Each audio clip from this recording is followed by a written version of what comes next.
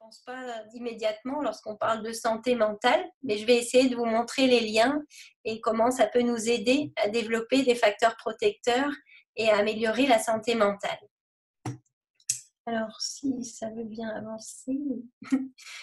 Premier élément, souvent quand on parle du mot gratitude, on pense au mot merci, puisque c'est ça qu'on nous apprend quand on est enfant, on nous apprend à dire merci, et donc on associe la gratitude au mot merci. Mais en fait, la gratitude est bien plus que ce mot de politesse, qui est aussi, qui a son importance, bien sûr, au niveau des relations sociales, mais la gratitude recouvre plutôt ce qui se passe à l'intérieur de la personne lorsqu'elle dit merci, lorsque c'est un merci sincère. Et ça se distingue notamment du sentiment de dette, puisque parfois lorsqu'on dit merci, ben, c'est parce qu'on se sent redevable par rapport à autrui, mais la gratitude va générer un autre mouvement et d'autres effets que je vais vous détailler. Alors, lorsqu'on parle de sentiment de gratitude et de sentiment de dette, ce qu'on constate, c'est que le sentiment de dette va plutôt générer un évitement de la personne qui nous a aidé ou qui nous a offert quelque chose. Donc, le sentiment de dette a plutôt tendance à isoler, à générer un évitement social, tandis que le sentiment de gratitude, c'est plutôt un élan vers l'autre. On va chercher un rapprochement de l'autre, on va chercher à s'intéresser davantage à l'autre et à lui venir en aide. Donc, c'est vraiment deux mouvements très différents. Alors, parfois, on peut avoir un peu de sentiment de dette et un peu de sentiment de gratitude. Ça peut se mêler. Et cela dépend notamment de la culture. Donc, il y a des cultures où on est éduqué à éprouver davantage un sentiment de dette, notamment les cultures asiatiques, donc notamment en Chine, au Japon, on apprend aux enfants dès le plus jeune âge que lorsque une personne vient les aider ou une personne leur fait un don, elles doivent rendre l'appareil, voire plus. Et donc c'est plutôt un fardeau quand quelqu'un vient vous aider, tandis que dans d'autres cultures, on apprend plutôt à dire merci, à reconnaître les efforts de l'autre, mais plutôt avec une émotion de joie et de surprise. Et donc ça, c'est davantage l'émotion de gratitude qui va donc générer ensuite davantage de comportements altruistes. Le degré de gratitude ou de dette va aussi dépendre des attentes d'autrui. Plus on attend que l'autre nous dise merci, moins on va éprouver l'émotion de gratitude. Et donc, c'est important, moi je travaille beaucoup avec des parents, donc sur la question de la parentalité et de l'éducation, et il faut bien avoir conscience que éduquer à la politesse, c'est une chose, donc apprendre à dire merci, c'est important, mais cultiver la gratitude, cette émotion qui est plutôt un élan de joie et d'une envie de partage, ça c'est plutôt la gratitude qu'on cultive d'une autre manière, non pas en attendant que l'enfant dise merci, mais en faisant des pratiques que je vais vous présenter par la suite. Alors, la gratitude nécessite un certain nombre de conditions préalables. La première condition, c'est l'attention. Si on ne perçoit pas que l'autre a fait un effort, ben, on a plus de difficultés, bien sûr, à éprouver de la gratitude et à l'exprimer.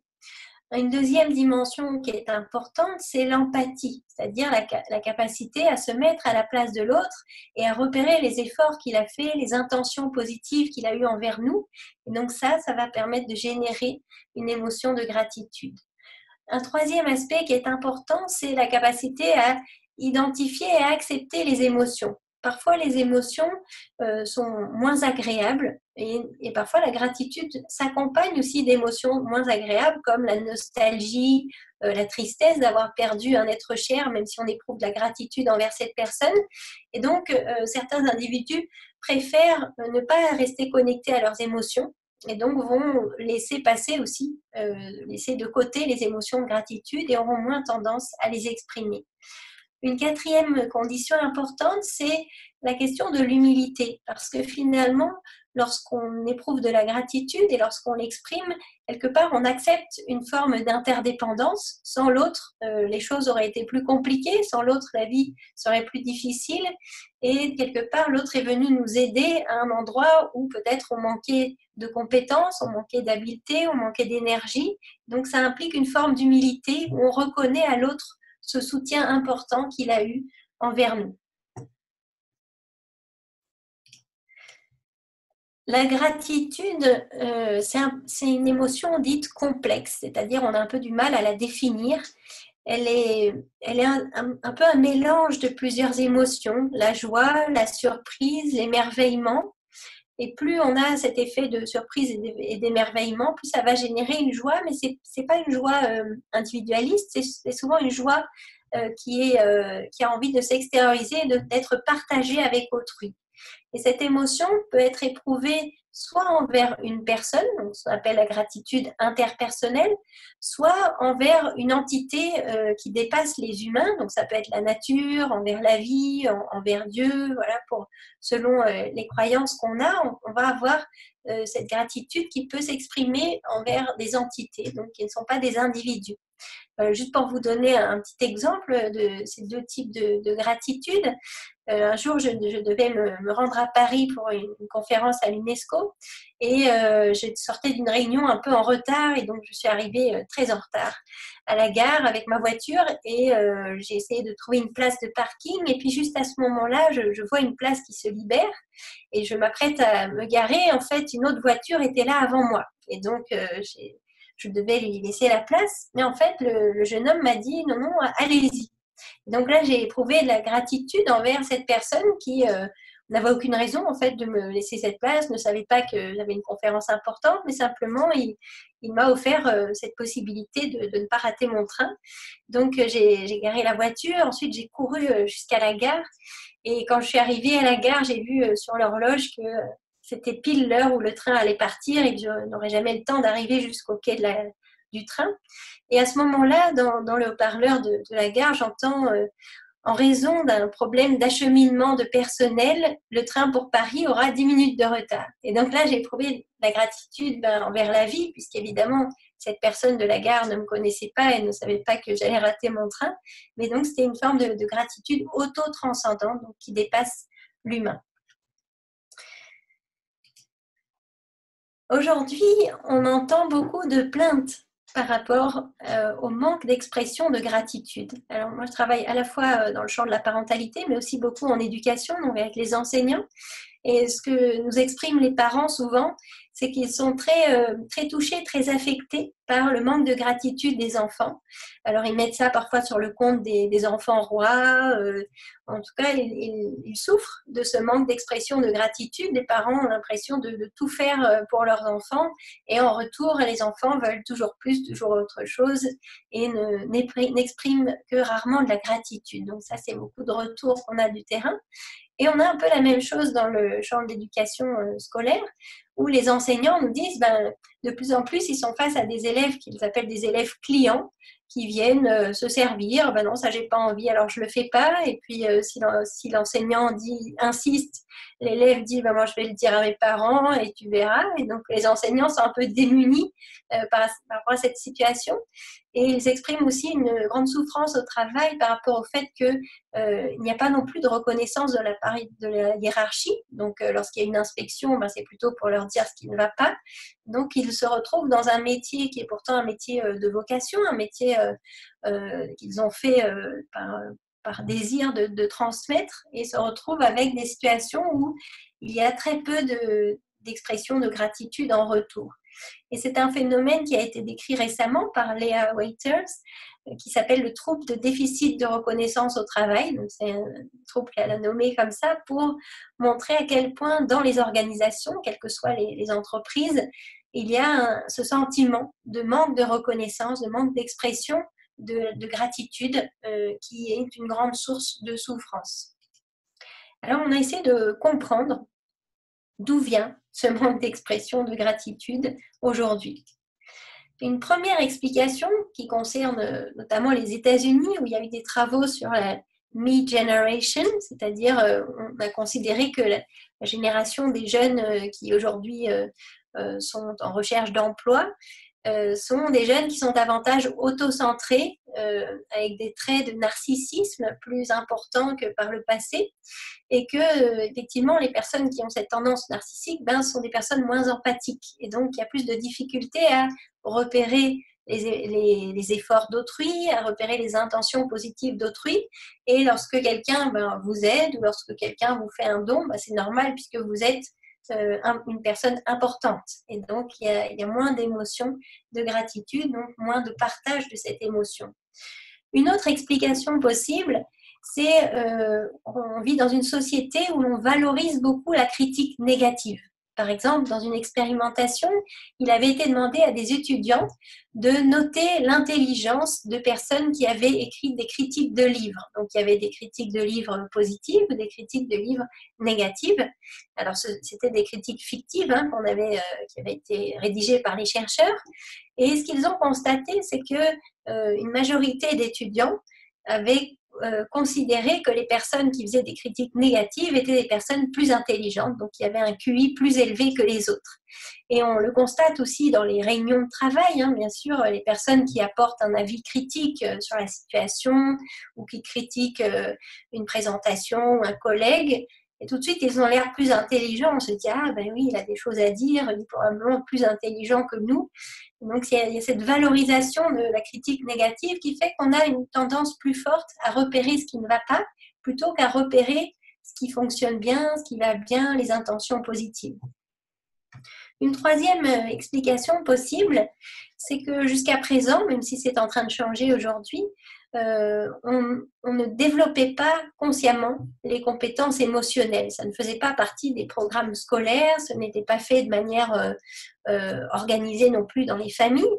Donc, parfois, bien sûr, on évolue dans des contextes où on développe ses compétences, on apprend à bien identifier ses émotions, à les distinguer des sensations, mais dans certaines familles, il n'y a pas du tout ce type d'entraînement et dans certains milieux scolaires non plus. Donc, il peut y avoir un déficit de compétences émotionnelles, ce qui fait que la personne a des difficultés à identifier ce qui se passe à l'intérieur d'elle-même, à distinguer les sensations des émotions et donc à exprimer simplement ses émotions. Donc, ces compétences émotionnelles et relationnelles contribuent fortement à partager cette émotion de gratitude et à générer des effets positifs de cette émotion. Et donc, on a beaucoup d'espoir aujourd'hui puisque tout le champ de la prévention et de la promotion de la santé mentale est orienté vers le développement des compétences psychosociales, en particulier les compétences émotionnelles et relationnelles. Donc, on pense que peut-être cette expression des émotions et notamment de la gratitude va changer à l'avenir. Alors, au travail, en famille, qu'est-ce qui permet d'expliquer aussi le manque d'expression de gratitude? C'est simplement l'habitude. Par exemple, si vous êtes avec un nouveau conjoint et qu'il vous prépare tous les matins un bon café, un bon petit déjeuner, au début, vous allez lui dire merci, vous allez être touché par cette intention. Et puis, petit à petit, vous vous habituez, ça devient normal. Donc, vous n'éprouvez plus de gratitude et vous ne l'exprimez plus. Et le jour où, par hasard, il oublie de vous faire le café ou le petit déjeuner, alors vous dites, qu'est-ce qui se passe? Je ne comprends pas. Et donc, souvent, on se retrouve finalement à valoriser très peu les choses positives du quotidien, mais à repérer tout de suite ce qui ne va pas. Et donc ça, c'est ce qu'on appelle l'habituation hédonique. On s'adapte à ce qui est plaisant, à ce qui est agréable. Aussi, au travail ou en famille, on entend souvent que les personnes ont le sentiment de faire plus que les autres. On a toujours l'impression qu'on fait plus de travail que les autres. Et donc, quand enfin quelqu'un met la table ou débarrasse la table, on ne va pas en plus lui dire merci parce que c'est pas trop tôt. Et donc, on a une plus de difficulté finalement à exprimer cette émotion de gratitude envers des proches ou envers des collaborateurs qu'on voit tous les jours. Dans certains contextes, en contexte familial ou professionnel, pour certaines personnes, c'est difficile d'exprimer des émotions. On n'est pas à l'aise pour exprimer des émotions, ce qui complique bien sûr la diffusion de l'expression de la gratitude. Au travail, en famille un peu moins, mais au travail, ce qui remonte, ce qui ressort souvent des équipes, c'est que les managers ont de la difficulté à exprimer la gratitude envers leurs collaborateurs du fait d'un problème de dissymétrie. Ils ont l'impression que, comme justement la gratitude nous met plutôt en posture d'humilité, c'est compliqué si on est le supérieur hiérarchique de se retrouver dans cette posture.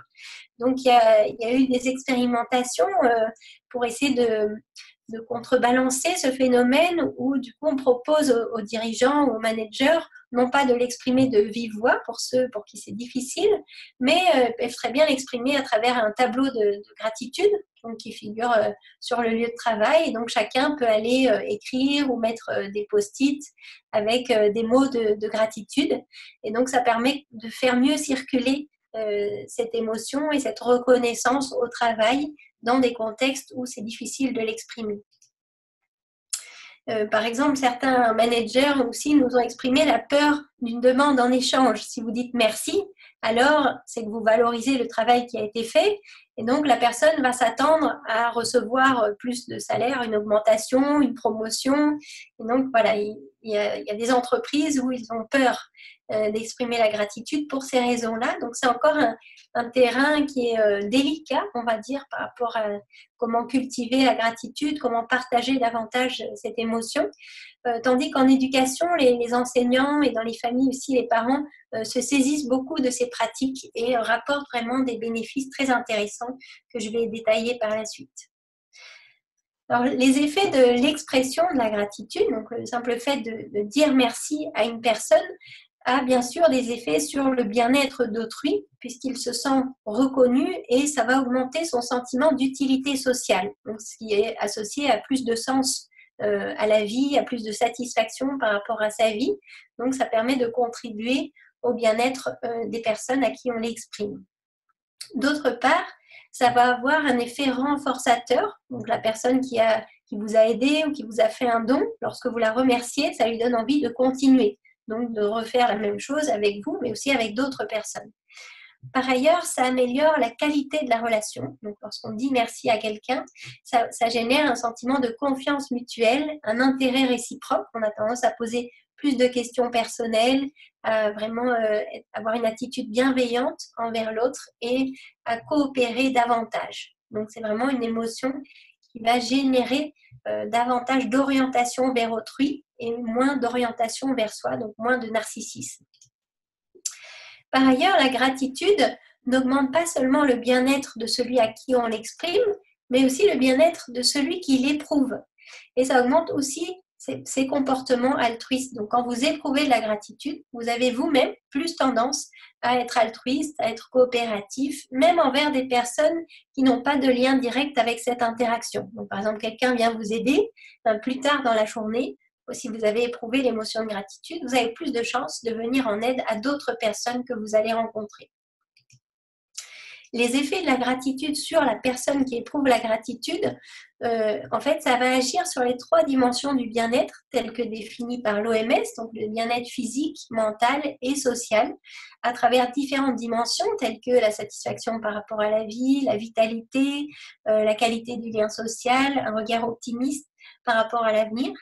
Donc, la première expérimentation en fait, qui avait été faite était proposée donc, par Emmons et McCullough aux États-Unis, où ils avaient proposé un entraînement attentionnel pour être davantage orienté vers les gestes du quotidien qui génèrent l'émotion de gratitude. Donc, ils avaient proposé à des groupes d'étudiants, donc il y avait un premier groupe qui pratiquait le journal de gratitude, c'est-à-dire que chaque soir, on demandait aux personnes de noter jusqu'à 5 choses pour lesquelles elles éprouvaient de la gratitude. Donc la consigne exacte, je vous l'ai mise sur la présentation, il existe beaucoup de choses, petites ou grandes, pour lesquelles nous pouvons éprouver de la gratitude. Prenez un temps pour repenser à la journée qui vient de s'écouler et notez jusqu'à 5 choses pour lesquelles vous éprouvez de la gratitude. Je vous ai écrit cette consigne parce qu'il y a plusieurs points sur lesquels il faut être attentif si vous avez envie de pratiquer ou si vous avez envie de le proposer autour de vous. La première chose, c'est de vraiment mettre l'accent sur le fait qu'il s'agit de petites choses du quotidien.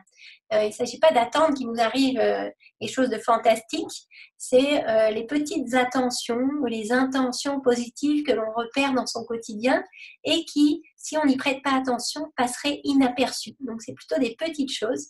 Et l'objectif, c'est d'élargir notre champ attentionnel, de percevoir davantage ces choses dans notre quotidien. Donc, on va plutôt proposer d'écrire chaque chose quelque chose de différent. Non pas écrire tous les jours les mêmes choses. Ce qui était arrivé à un de mes étudiants qui avait voulu pratiquer cet exercice. Et donc, la première semaine, il avait noté donc 3 choses tous les soirs. Et puis, à la fin de la semaine, donc, moi, je leur proposais ensuite de changer de pratique, d'essayer une autre pratique qui travaille aussi sur cet entraînement attentionnel. Et l'étudiant m'avait dit non, moi je veux continuer, c'était fantastique, ça a changé ma vie, vraiment j'ai retrouvé de l'enthousiasme, etc. Et puis au bout de 3 jours, il m'a envoyé un mail en me disant mais Madame, en fait, vous aviez raison, c'est terrible ce qui m'arrive parce que j'écris tous les jours la même chose et j'ai l'impression que ma vie ne tourne que autour de ces trois choses et qu'il n'y a rien d'autre dans ma vie. Donc, il était un peu désespéré. L'idée n'est pas de se convaincre en répétant toujours les mêmes choses, mais plutôt de nous entraîner à percevoir des petites choses, à nous laisser surprendre par des choses qui sont devenues une habitude et qu'on ne perçoit plus. Deuxième élément qui est important dans cette consigne, c'est noter jusqu'à 5 choses. On n'est pas obligé d'en noter 5. Et en fait, il y a même des études récentes qui ont montré qu'il est préférable d'écrire une seule chose, mais de la détailler. Donc, il vaut mieux écrire 5 phrases sur une chose qui va générer de la gratitude chez vous, plutôt que d'écrire 5 phrases sur 5 choses différentes. Donc, c'est vraiment plutôt cette idée de se reconnecter à l'émotion, se reconnecter à ce moment qui a été important, à l'intention positive qui était derrière. Et ce qu'on constate par la suite, c'est que les personnes vont avoir tendance à percevoir davantage ces choses dans leur quotidien. Donc, quand vous avez noté quelque chose dans votre journal de gratitude, le lendemain, vous voyez davantage cette chose-là, et puis vous avez tendance à en percevoir d'autres, des nouvelles. Donc ça, c'est vraiment une pratique qui a été utilisée dans beaucoup de recherches et qui est comparée à un journal des tracas. Donc, on propose aux étudiants de noter jusqu'à 5 tracas qui leur sont arrivés. Donc, j'ai raté le bus, j'ai eu une mauvaise note, etc. Et puis, un troisième groupe qui est le groupe neutre, c'est-à-dire on leur dit notez 5 choses de votre choix. Donc, voilà, il y a une note un peu de tout. Et ensuite, on compare donc les effets au bout de 2 semaines. On constate que les personnes qui ont fait ce journal de gratitude ont des effets sur la santé physique, mentale et sociale, des effets positifs, comparé au groupe TRACA, mais aussi comparé au groupe neutre. Alors notamment, ce qui a été constaté, ce sont des effets sur la réduction des symptômes physiques communs. Donc, dans l'étude de Emmons et McCullough, ils ont montré que ça diminuait les maux de tête, maux de ventre, les rhumes, les troubles du sommeil, donc, et qui avait notamment un impact sur une amélioration du fonctionnement immunitaire. Dans d'autres études, notamment de Barbara Fredrickson, ils ont montré qu'il y avait des effets, des émotions positives sur la réduction des effets délétères du stress chronique ou du stress aigu, donc en fait une récupération plus rapide grâce aux émotions positives. Au niveau de la santé mentale, les effets de ce type de pratique sont une réduction des symptômes anxieux et dépressifs, une amélioration de la satisfaction par rapport à la vie, et des effets à long terme que je vais détailler ensuite. Mais ce qui est important à retenir, c'est que cette capacité à réorienter l'attention vers les dimensions positives ou satisfaisantes du quotidien va générer un regard différent sur son quotidien, donc va augmenter la satisfaction par rapport à la vie. C'est-à-dire que si en fin de journée, comme on le fait habituellement, vous remémorez surtout ce qui s'est mal passé, la critique que vous avez de votre supérieur, ce qui a été compliqué avec votre enfant, etc. Mais en général, on se couche avec toutes ces ruminations qui vont à la fois retarder l'endormissement, mais aussi générer plus de tension, plus d'anxiété. Là, à l'inverse, on propose la pratique de ce journal qui va du coup nous donner une toute autre impression de cette fin de journée avec une augmentation de la satisfaction et une plus grande sérénité. Et ce qu'on constate, c'est que lorsque l'on cultive ces émotions positives, ce regard positif sur le quotidien, cela va avoir aussi des effets à plus long terme. Donc ça, c'est un modèle qui a été développé par Barbara Fredrickson, qui s'appelle Broaden and Build, c'est-à-dire élargir et construire, qui montre en fait les effets bénéfiques des émotions positives, notamment sur la capacité à résoudre des problèmes. Alors, dans cette étude qui a été faite il y a un certain nombre d'années, qui était vraiment une des premières études sur les émotions positives, ils avaient proposé à des médecins de faire un exercice pratique, une étude de cas. Donc, ils devaient identifier le diagnostic d'un patient et proposer des traitements adaptés. Et à la moitié d'entre eux, juste avant l'exercice, les chercheurs ont donné un petit cadeau pour générer une émotion de gratitude. Et à l'autre moitié, non. Et ils ont constaté que les personnes qui avaient reçu un cadeau, donc qui avaient généré une émotion positive, avaient plus de facilité à identifier le diagnostic et proposer ensuite des traitements plus adaptés et plus variés. Et c'est vraiment cette variété qui nous intéresse, nous, dans le champ de la prévention et de la promotion de la santé mentale. C'est-à-dire que les émotions positives nous aident à être plus créatifs dans notre capacité à résoudre des problèmes complexes. En fait, les émotions négatives vont nous aider à réagir de manière automatique à des situations de danger. Si vous traversez la route et que vous entendez une voiture, il ne s'agit pas de réfléchir comment je vais la prendre, comment je vais lui parler, etc. Simplement, votre cerveau va réagir immédiatement en vous faisant reculer, donc c'est un comportement automatique, alors que les émotions positives vont plutôt nous aider dans des situations plus complexes où il ne s'agit pas de réagir tout de suite, mais de prendre en compte le plus d'éléments possibles. Et donc là, les recherches qui ont été faites notamment par Barbara Fredrickson montrent que les émotions positives élargissent l'empan attentionnel, on perçoit plus d'éléments dans la réalité, on a accès à plus d'éléments en mémoire, plus de diversité d'éléments, et donc on arrive à trouver des réponses plus créatives qui s'adaptent mieux aux situations que l'on rencontre. Donc ces capacités vont donc améliorer nos possibilités d'adaptation, nos possibilités de résoudre des problèmes, ce qui explique que ça va générer des facteurs protecteurs, des facteurs de prévention du mal-être pour la suite. Donc à chaque fois que vous vous retrouvez dans une situation difficile, où vous arrivez à générer une émotion positive pour vous aider à résoudre le problème de manière créative, vous allez développer finalement de nouvelles compétences, vous allez nouer de nouvelles relations, et tous ces facteurs vont agir en termes de facteurs protecteurs, donc de prévention du mal-être. Dernier point sur les effets de la gratitude. Donc, on a vu qu'il y avait un effet sur la santé physique, sur la santé mentale, mais aussi sur le lien social, puisque ça va encourager, ça va donner envie de cultiver la relation et ça va favoriser des relations stables et durables. Ça permet d'augmenter le soutien social, l'envie de soutenir les autres, de coopérer. Et ça permet aussi de renouer des liens après une difficulté, après un dommage, après un conflit. Alors, au-delà de cette émotion, les chercheurs se sont intéressés à une attitude qu'on a appelée l'orientation reconnaissante, c'est-à-dire une manière générale de percevoir la vie, de percevoir l'existence, qui comprend davantage d'émotions de gratitude. C'est-à-dire on éprouve la gratitude avec plus de fréquence, une intensité plus importante envers un plus grand nombre de choses différentes et envers un plus grand nombre de personnes différentes. Donc ça, ce sont les éléments qui définissent cette attitude qu'on appelle l'orientation reconnaissante et qui est fortement associée au bien-être durable. Alors, comment comprendre ces liens entre l'orientation reconnaissante et le bien-être durable? La première explication, le premier mécanisme, c'est que ça permet de contrecarrer ce qu'on appelle le biais de négativité. C'est-à-dire, naturellement, notre cerveau est happé par les choses menaçantes, les choses désagréables du quotidien, en vue de s'adapter au mieux.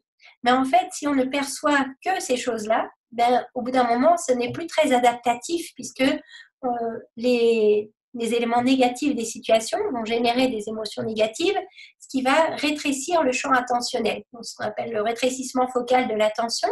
Et donc ensuite, on ne perçoit plus que dans la réalité, ce qui vient confirmer ces émotions négatives, et on se retrouve un peu dans une impasse, un cercle vicieux, où plus les émotions sont négatives, plus on a le biais de négativité fort, plus on a d'émotions négatives. Donc c'est ce qui se passe notamment lorsqu'on sombre dans la dépression. À l'inverse, lorsqu'on cultive la gratitude, on va permettre d'élargir le champ intentionnel et de percevoir pas seulement les choses menaçantes, c'est important de les percevoir, sinon on ne peut pas se défendre ou se préparer, mais de percevoir aussi tout le reste de l'existence, les autres dimensions qui sont plus satisfaisantes et plus nourrissantes. Un autre mécanisme qui permet d'expliquer les liens entre la gratitude et le bien-être, c'est que c'est souvent une émotion intense, la gratitude. Si vous l'expérimentez, si vous y prêtez attention, vous verrez que c'est souvent une émotion intense qui peut faire venir les larmes aux yeux quand on la partage.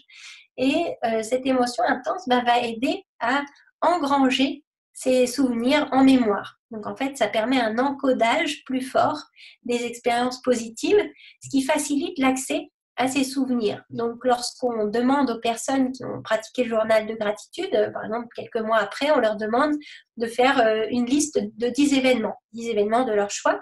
On constate qu'elles ont tendance à noter beaucoup plus d'événements positifs que des personnes qui n'ont pas pratiqué le journal. C'est simplement qu'elles ont accès plus facilement à ces souvenirs en mémoire parce qu'elles les ont engrangés d'une manière plus forte.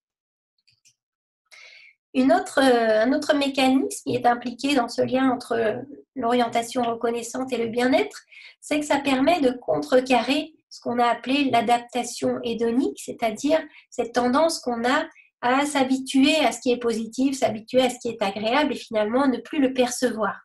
Donc, par exemple, j'avais un collègue qui n'avait pas changé ses lunettes pendant 10 ans. Donc, c'était tout rayé, tordu, etc. Je ne sais pas bien ce qu'il voyait à travers ses lunettes. Mais un jour, il est arrivé avec une nouvelle paire de lunettes à l'université.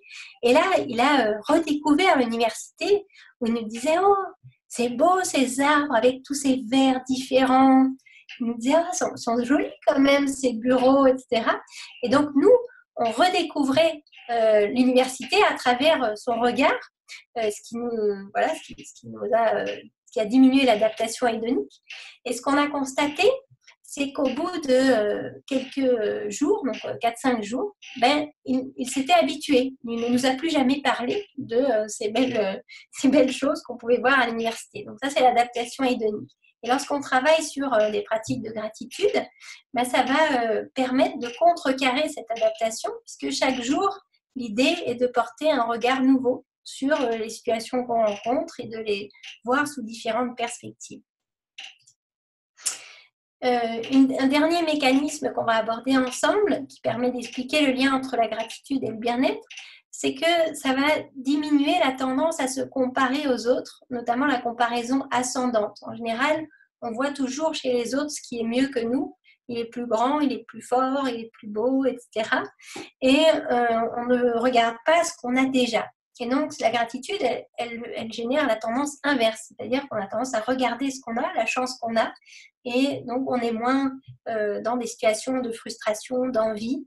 Et ça augmente aussi chez l'enfant la capacité à différer une récompense. Par exemple, souvent, lorsqu'un enfant est très impatient, par exemple, de manger un bonbon, il y a l'expérience du chamallow que vous connaissez peut-être, le marshmallow, où on demande à l'enfant, est-ce que tu préfères en manger un maintenant ou bien 2 dans 10 minutes? Et donc, les enfants, en général, vont préférer manger tout de suite le chamallow. Par exemple, quand ils pratiquent un exercice autour de la gratitude, c'est comme s'ils se sentaient davantage comblés et ils ont plus de facilité à différer une récompense, donc à attendre d'avoir 2 chamallows plutôt que 1. Donc, comme je vous le disais tout à l'heure, la gratitude, ce n'est pas le simple fait de dire merci, c'est vraiment comment on va faire fructifier, comment on va cultiver cette émotion à l'intérieur de soi. Et donc, il existe un certain nombre de pratiques qui peuvent être proposées, dont le journal de gratitude, qui est le plus utilisé au niveau des recherches, mais dans les familles, il y a différentes pratiques qui ont été expérimentées. Par exemple, ça peut être au moment du repas, on peut proposer un tour de table où chacun va raconter un événement de la journée pour lequel il a éprouvé de la gratitude, ou ça peut être au moment du coucher, et notamment chez les jeunes enfants. Au début, quand ils n'ont pas l'habitude de ce type de pratique, ils ne vont pas avoir d'idée. Et donc, on propose aux parents de dire eux-mêmes, par exemple, moi j'ai envie de dire merci à Robin parce qu'il a vraiment été gentil avec toi aujourd'hui, ou il t'a prêté le jouet que tu aimais beaucoup. Donc, on va le dire à la place de l'enfant pour petit à petit l'aider à prendre conscience des efforts des autres, des intentions positives, de ce qui se passe de positif dans une journée. Une autre pratique qui est faite dans les familles, ce qu'on appelle la boîte à merci, on propose aux enfants, ou à tous les membres de la famille d'ailleurs, quand ils le souhaitent, d'écrire un petit mot et puis de le mettre dans une boîte. Et puis à la fin de la semaine, on prend un moment en famille, on ouvre cette boîte et on lit tous les petits mots qui ont été mis. Et donc ça contribue à générer une dynamique familiale constructive et à créer un sentiment de confiance, d'appartenance et de bien-être dans la famille. Une autre pratique qui peut être proposée, puis après il y aura d'autres d'autres pratiques qui seront dans le livre si vous souhaitez le regarder, c'est d'où vient cet objet. Donc, on propose aux personnes de prendre n'importe quel objet, un crayon, une montre, etc. et de penser à toute la chaîne humaine qui est impliquée dans le fait qu'aujourd'hui, j'ai la possibilité d'écrire avec ce crayon. Et donc, ça aussi, ça permet d'élargir ce champ attentionnel orienté vers la chance qu'on a, vers les intentions positives et les efforts des uns et des autres. À l'école, il y a aussi eu plusieurs expérimentations qui ont été faites pour essayer de développer davantage la capacité à repérer les efforts et les intentions des autres, notamment à travers des petites histoires. Donc, il y a des vignettes, des petites bandes dessinées, on va dire, et on demande aux enfants, tiens, quand Jérôme a aidé Julien, pourquoi il l'a fait? Est-ce que c'était difficile de le faire? Comment il se sent, Jérôme, quand il se fait aider, etc. Donc, pour cultiver finalement cette empathie qui est une des conditions qui favorise l'émotion de gratitude. Et donc, dans cette recherche, il montre qu'effectivement, ce type d'exercice va augmenter la tendance à éprouver de la gratitude. Nous, ce qu'on a expérimenté aussi, c'est le cercle de gratitude, c'est-à-dire en fin de journée, notamment chez les tout jeunes enfants, à partir de 4-5 ans, faire un tour de cercle où chaque enfant va exprimer ce qu'il a bien aimé dans la journée, une chose positive qui lui est arrivée, et s'il a envie de dire merci à quelqu'un pour cette chose qui lui est arrivée. Et donc, souvent, c'est un moment très touchant, très émouvant, parce que les enfants remercient beaucoup la maîtresse.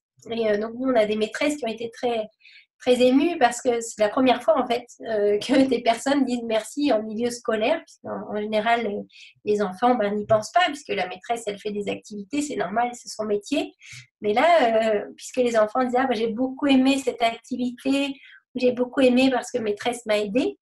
Du coup, ils ont ensuite eu envie de dire merci à cette personne. Et puis, il y a eu aussi beaucoup de merci pour les camarades, ce qui encourage aussi davantage les comportements prosociaux, les comportements altruistes dans la classe, puisqu'il y a un effet renforçateur des remerciements. Un autre programme qu'on a développé en France, qui s'appelle le programme Je suis bien à l'école et qui comprend des pratiques de pleine conscience et aussi des pratiques de gratitude. Donc, vous pouvez trouver ce programme sur Internet. Dans ce programme, il y a une pratique qui s'appelle le bouquet de gratitude, où en fait, on propose aux enfants d'écrire sur des pétales des remerciements, de la gratitude par rapport à d'autres élèves dans la classe. Et donc, on fait un grand bouquet. Et de temps en temps, par exemple, une fois par mois, on prend ce bouquet et puis on lit tout ce qu'il y a sur les pétales pour, encore une fois, générer une dynamique, un climat de classe qui est favorable, un climat de confiance et de soutien. Il y a d'autres pratiques qui ont été expérimentées au niveau des recherches, notamment la lettre de gratitude que je ne vais pas détailler aujourd'hui, mais vous pourrez le voir dans les recherches ou dans les ouvrages. Donc, où il s'agit de repenser à une personne qui a été importante pour vous et que vous n'avez jamais eu l'occasion ou jamais eu l'idée de remercier. Par exemple, les grands-parents, les parents, les enseignants. Il y a souvent des adultes comme ça qui ont été importants dans notre parcours de vie. Et comme c'était leur fonction, être parent, c'est normal que les parents s'occupent bien de nous. Être enseignant, c'est normal que l'enseignant il fait des bons cours. Mais donc, du coup, on ne leur dit pas merci. Et là, l'idée, c'est de repenser à ces personnes qui ont été importantes pour vous et de leur envoyer une lettre qui décrit en quoi ça a été important et pourquoi vous avez envie de dire merci. Et parmi les pratiques, on peut aussi rendre visite à la personne, écrire cette lettre et puis venir la porter en main propre et la lire. Donc ça, c'est des pratiques qui ont été, qui ont été réalisées aux États-Unis.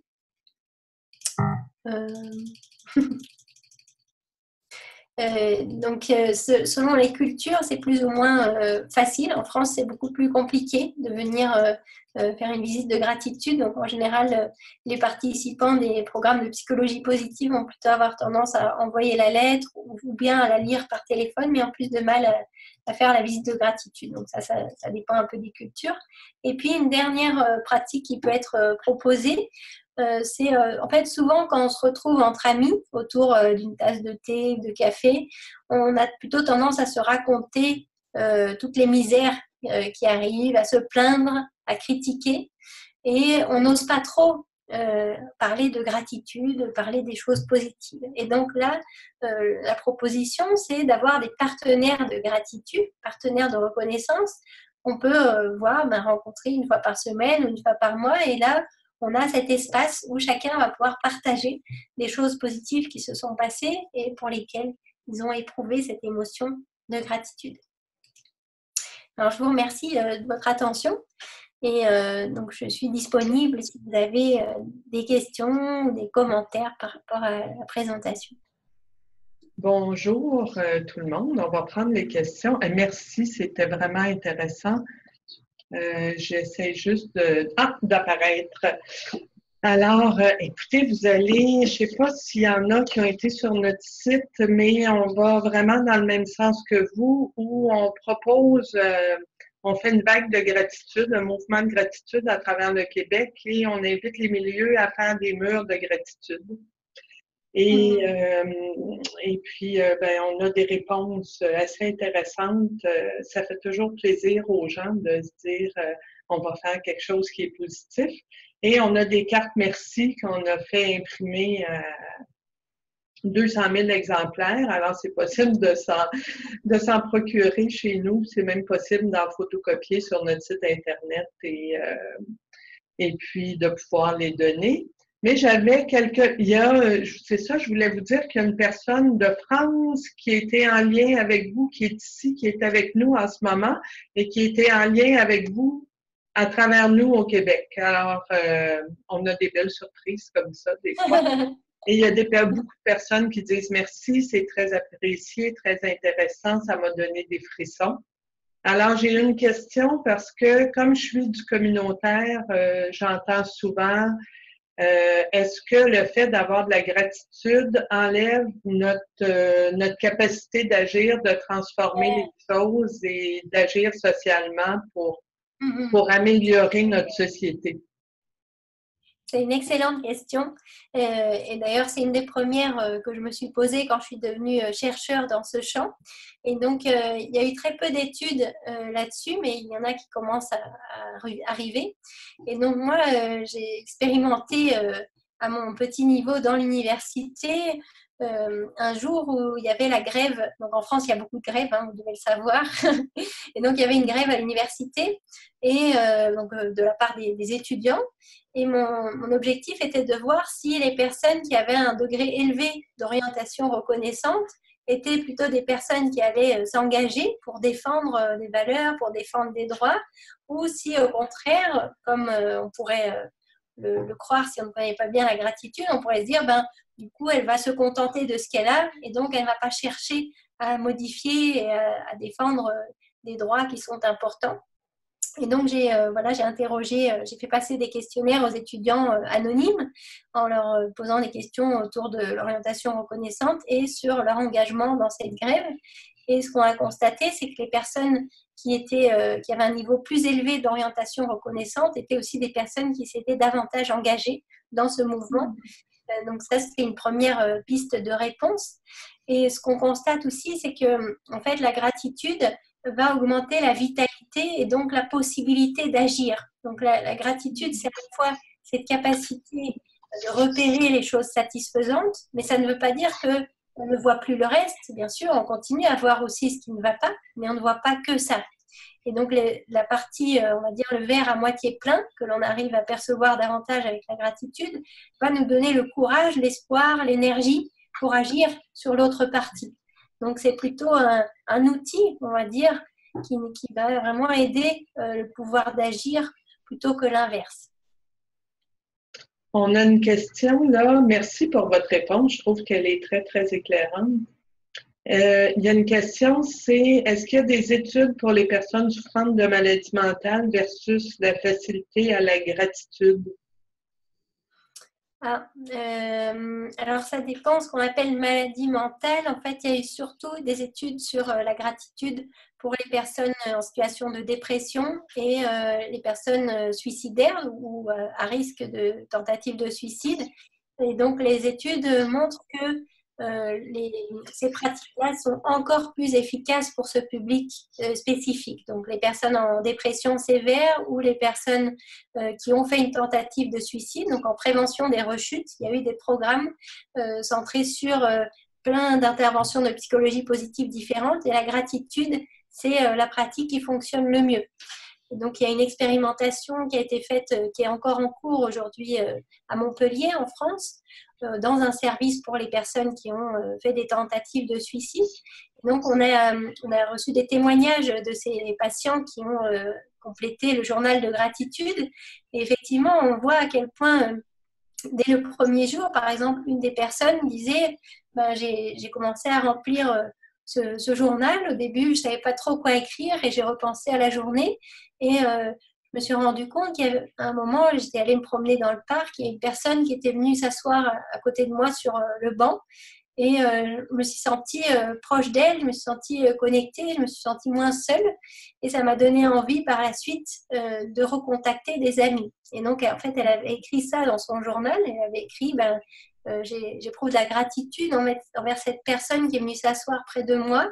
Et ensuite, elle décrit comment ça a eu des effets sur le lendemain, où elle a eu envie de recontacter des amis. Elle s'est sentie moins solitaire. Elle a envie de se reconnecter à la vie, finalement. Alors, on a une question, c'est est-ce que vous accepteriez de partager votre PowerPoint ou vous préférez que les gens lisent le livre et on sait que votre conférence, nous, on va la mettre en ligne dans 2 semaines à peu près ou 3 semaines. Oui. Elle va être sur notre chaîne YouTube. Donc, si vous avez la conférence en ligne, vous avez sûrement le PowerPoint, mais en tout cas, moi, je peux le mettre à disposition, alors de la manière qui sera la plus adaptée. OK. Alors, nous, on a les liens avec les personnes qui ont participé. Il y avait 110 personnes en ligne et on sait qu'après ça, il va continuer à y avoir des personnes qui vont écouter votre conférence. Donc, on pourra contacter les personnes qui étaient présentes puis leur partager ou on mettra votre PowerPoint en ligne. On verra avec vous. On va prendre le temps d'en discuter. Alors, une autre question.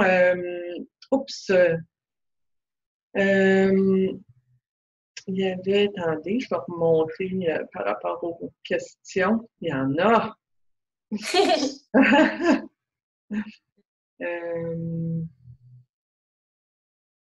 Le cahier de la gratitude. Il y a une personne qui nous dit qu'elle l'a fait et que ça l'a aidé malgré un licenciement. Mm-hmm. Alors que ça a été aidant dans sa vie. Alors, peut-être juste pour compléter, pendant que vous cherchez d'autres questions, pour compléter sur les patients. Donc, il y a peut-être certains patients avec qui c'est plus difficile. Notamment, moi, je suis spécialisée dans l'accompagnement des personnes qui ont des troubles des conduites alimentaires, et notamment des anorexiques. Et ces personnes-là sont souvent alexithymiques, c'est-à-dire ont des difficultés à lire les émotions, à les repérer, à les exprimer. Et donc, avec une étudiante, on avait fait une petite expérimentation auprès de ces patients pour voir si elles arrivaient à se saisir du journal de gratitude. Et en fait, ça semblait vraiment trop difficile. Ça les mettait vraiment en difficulté, c'est-à-dire qu'elles ne trouvaient rien, mais alors absolument rien. Alors, même si ça peut tous nous arriver au début, quand on n'a pas l'habitude, on doit réfléchir, on doit se creuser un peu la tête pour trouver des choses. Mais là, ces personnes-là, ça les mettait vraiment en difficulté. C'est-à-dire, en fait, il n'y a rien dans ma vie, il n'y a rien de positif. Ça confirme le fait que vraiment, ça ne va pas et qu'il vaut mieux disparaître. Donc, c'est peut-être une chose à prendre en compte, c'est qu'il y a des étapes préalables qui sont nécessaires autour des compétences émotionnelles avant de passer au journal de gratitude. Ça peut être utile de travailler sur qu'est-ce que c'est une émotion, se reconnecter à des émotions, qu'elles soient agréables ou désagréables. Et puis peut-être un travail sur l'attention, le biais attentionnel, mais sans évoquer la gratitude tout de suite. Donc nous, par exemple, dans les programmes de psychologie positive, donc c'est des programmes où on propose une progression. Le début, c'est un journal d'attention, c'est-à-dire on va simplement identifier une ou deux choses positives ou satisfaisantes qui se sont passées au cours de la journée. Satisfaisantes, c'est-à-dire c'est pas forcément positif, mais on est satisfait parce qu'on a réussi à la surmonter. On est satisfait parce qu'on a réussi à faire un peu moins de crises de boulimie, par exemple. Enfin, donc la satisfaction, c'est pas forcément quelque chose de bien qui nous est arrivé, mais on est content d'avoir appris quelque chose, ou on est content d'avoir surmonté un obstacle. Donc, du coup, ce journal d'attention peut être plus adapté dans un premier temps. Et le journal de gratitude, on le fait seulement à la séance 7. Donc, il y a déjà beaucoup de pratiques en amont de reprise de confiance en soi, de développement des compétences émotionnelles, relationnelles, avant de passer à la gratitude. Donc, ça peut aussi être à prendre en compte. Alors, il y a une personne qui posait la question comment remplir le cahier de gratitude. Vous l'avez un peu expliqué tantôt, entre 1 et 5 éléments pour lesquels on reconnaît qu'il a été positif dans notre vie, que c'est possible de décrire plus en profondeur un élément, de varier. Vous me direz si j'ai bien appris ma leçon, de ne pas écrire toujours les mêmes éléments qui sont positifs pour lesquels on a de la reconnaissance, d'en écrire des nouveaux pour élargir notre champ d'attention à ce qu'il y a de bon autour de nous. Je vous laisse compléter. L'idée, c'est de se souvenir de l'intention, en fait. Pourquoi on pratique ce cahier de gratitude? Donc, c'est exactement ce que vous décrivez. L'objectif, c'est vraiment de percevoir des choses qui, sinon, passeraient inaperçues. Donc, d'élargir le champ intentionnel, de prendre en compte davantage d'éléments et des nouveaux éléments chaque jour. C'est vrai que c'est aussi pour cette raison-là qu'on encourage à ne pas faire toujours les mêmes pratiques, sinon on va avoir tendance à tourner en rond. Mais il y a des personnes, parfois quand je fais des conférences, il y a des personnes qui me disent « mais moi ça fait plusieurs années que je le fais et c'est toujours aussi merveilleux, aussi toujours plein de découvertes ». Donc voilà, il y a des personnes qui ont cette ressource, cette possibilité, mais nous on encourage plutôt à changer de type de pratique en fonction de ce que vous percevez que ça vous apporte. En fait, il n'y a pas des pratiques miraculeuses, c'est simplement vous trouver des outils qui correspondent à ce que vous souhaitez par rapport à votre quotidien. Ça peut être le journal de gratitude, mais ça peut être d'autres choses. Il y a quelqu'un, oui, il y a quelqu'un qui nous demande si la conférence va être en ligne. Elle va être sur la chaîne YouTube du Mouvement Santé Mentale Québec dans 2 ou 3 semaines à peu près. Alors, vous allez pouvoir y avoir accès. Vous allez sur notre site, puis il y a un petit bouton pour pouvoir y aller directement. Alors, on a des merci. Rebecca Shanklin, je vous invite à venir au Mouvement Santé Mentale Québec quand vous reviendrez au Québec. Ça nous ferait plaisir de vous rencontrer en personne et puis de prendre un café, de vous offrir un verre de vin, un apéro, du vin québécois. Alors, écoutez, je pense qu'il n'y a pas... On va regarder, on va attendre une petite minute pour voir s'il y a d'autres questions, mais je crois que votre conférence était tellement complète que c'est pas nécessaire d'ajouter des questions. Alors, je vous dis un immense merci pour le temps que vous avez pris, pour avoir été avec nous, pour être... votre présentation était vraiment très simple, accessible, complète. Elle nous donne espoir, puis ça nous fait vraiment plaisir. Alors, j'invite les gens à aller sur le site du Mouvement Santé Mentale Québec où vous allez pouvoir éventuellement retrouver la conférence. Vous allez pouvoir trouver de l'information sur le mur de gratitude, trouver les cartes merci et on invite les milieux de travail à faire une fête des voisins au travail en novembre pour recréer le sentiment, pas le sentiment d'appartenance, mais recréer des liens sociaux parce qu'on sait qu'habituellement, ils sont plus ténus dans les milieux de travail. Alors, on vous invite à aller voir aussi sur le site comment faire la fête des voisins au travail sur le thème de la gratitude et tout ça est en ligne sur notre site Internet et vous avez des beaux prix à gagner, des conférences en milieu de travail, cours de swing en milieu de travail, un atelier pour se ressourcer. Alors, les mots, c'est merci, c'était très, très, très plaisant, c'était clair. Comment avoir accès au programme en milieu scolaire dont vous avez parlé, qui était « Je suis bien à l'école ». Oui, donc il est accessible en ligne. J'ai mis le lien sur la présentation PowerPoint. Donc vous avez le lien vers le PDF que vous pouvez télécharger. On est en train de l'augmenter un peu parce que pour l'instant, il est en 5 séances, donc 5 fois 1 heure. Et on se rend compte que peut-être ce n'est pas suffisant pour avoir beaucoup d'effets. On a des effets sur 2 dimensions, donc sur le sentiment de lien social dans la classe, de proximité sociale, et sur la régulation des émotions. Mais on visait aussi d'autres effets que pour l'instant on n'a pas, donc on va augmenter un peu les pratiques.